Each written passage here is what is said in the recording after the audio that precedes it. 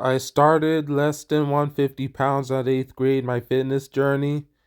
Then puberty got me up to 200 pounds. Then I started calisthenics. And then I got my beach body for the first time, junior year of high school. You see my triceps there. You see me in the beach here. I'm already looking lean. And then I added powerlifting. Here's me at 18. Didn't look 18. Me at 19, you'll see me. It's pretty strong. I'm pretty lean, and I have the body most people go for. So I got cured of body dysmorphia pretty early because I always liked how I look. Not just facially I looked good, but I also had a good physique. Like you see a video of me showcast when I was actually lean. This is me when I was 19. So my adolescence I was really just probably facially pretty good. And then when I got muscle and strength for the first time, I was like, okay, I got the look I wanted. I was recognized for my looks and my strength. But what was happening is how I got into strength training in the first place. Well, I always wanted to be strong ever since school. And then after seventh grade, I was following bodybuilding magazines. I was just looking at Jay Cutler, Ronnie Coleman, Brant Warren, and all the bodybuilders in 2005. And then eighth grade, I was seeing WWE wrestlers and just wanting to look like them, wanting to be strong like them. You know, John Cena, Batista, Mark Henry, Bobby Lashley, Brock Lesnar. I wanted to look like them. I didn't think I ever was gonna be strong. I was gonna look like them. I didn't think so. And then when I was in high school, it was World's Strongest Man, Mariusz Pudzianowski, Zydrunas Savickas, all the early strongmen, and also early YouTube, seeing all the people on YouTube and bodybuilders. I was like, okay, these people are strong. How am I gonna get to them? How am I going to catch up to their lifts? And with a lot of research, I was like, you know what? I'm just going to with years of research, I found out that doing calisthenics along with powerlifting, it'll get me not only the physique I want to build, but also get me the strength I want to have. Because when I was in high school doing calisthenics, I was thinking, you know what? I'm going to eventually break world records in calisthenics, maybe get into MMA. And then I added powerlifting. I was like, you know what? I'm going to eventually be a world record powerlifter and eventually world's strongest man. That was really my goal, to be the best, to be the strongest, and just be a mass monster, be a freak. And these are progressive years of my physique, of me achieving my goals. I never thought I would make it this far. And I didn't appreciate it then because I was like, I'm not number one.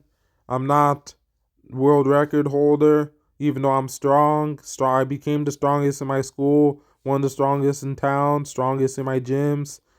But it wasn't enough because I wasn't elite lifter. I wasn't Eric Lillybridge. I wasn't Larry Wheels. I wasn't Pete Rubish and the rest of these people. But I ended up still doing freakish stuff until there was one one guy who commented on my Facebook. He was when I said I'm tired of being weak. He was like, you know what? You'll don't take your strength for granted. You'll know what weakness is. And then it took until a pandemic when I really wasn't able to lift anymore that that really just stuck with me. When I lost strength and physique and gained it back, I appreciated what I had. I was like, you know what? Being able to work out every day is a blessing. Having the physique I had is a blessing. Having the strength I had is a blessing. Most people will never have this. And right now, you see, like the recent years, And I gained a lot back. Even though I'm not in my prime, I'm still looking better than most. And you saw me in my prime in my 20s when I was hitting the physiques. And the thing about me, I have a complete physique. There's no undeveloped physique. I have it all. Every muscle's proportional. And I was thinking that, you know what? I will. Beside, the only thing is, I'll have to get lean and actually compete for bodybuilding. But I'm willing to get strong. But to be fair, I realize that, you know what? I'm actually happy with the strength I've built. I think I'm blessed with strength.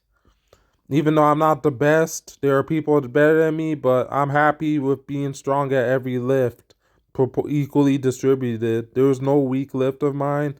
And physique wise, I'm actually proud of my physique. I like the way I look. I have a reverse body dysmorphia. I'm somebody that always liked to look in the mirror, even since high school. That when I look in the mirror, I liked what I saw. I liked everything about looking in the mirror. Not just for my face, I like the face I have. I like the hairline I have. I like the teeth I have. I like the hunter eyes I have. I have the height. And I weigh a lot. I have muscle everywhere. I look good in clothes. I just think I'm one of the best looking guys out there. That's just the reality. I have a reverse body dysmorphia. That I know I looked better than I did before, body wise. But even when I look good now, still, and I still look pretty good, I still look better than most men out there or most people out there. And it's also without steroids, without hair implant, without any sort of procedure. It's just naturally looking this good, naturally being this strong. I think I'm blessed. I have a reverse body dysmorphia. I'm somebody that looks at myself in the mirror and it gives me a high because I'm like, you know what? I I'm I'm that guy. I just look that good. And right now, you see my best lifts. I'm like, I hit all these lifts naturally. Yeah, you can argue people have done more, but not many people, even on steroids. Not many people, even on steroids, have my physique. Even not many people look as good as I do. Even facial hair. Not many people. It's a small number. But yeah, I have a reverse body dysmorphia. Reverse. Body dysmorphia is when you still hate how you look, even if you have a good physique. You don't like seeing yourself in the mirror. I'm the opposite. I like what I see. I like everything about it, and I know I could be better, but I have the opportunity to make myself better. And here are my recent lifts after my best lifts, what I've done recently post injuries. Like I could still bench 365 pounds any day of the week, shortly get to 405, looking pretty good. And repping 185 pounds on the seated military any day of the week. I still hold like around 260 pounds body weight, really, really jacked. And at 6'1", doesn't take a lot of eating to do it.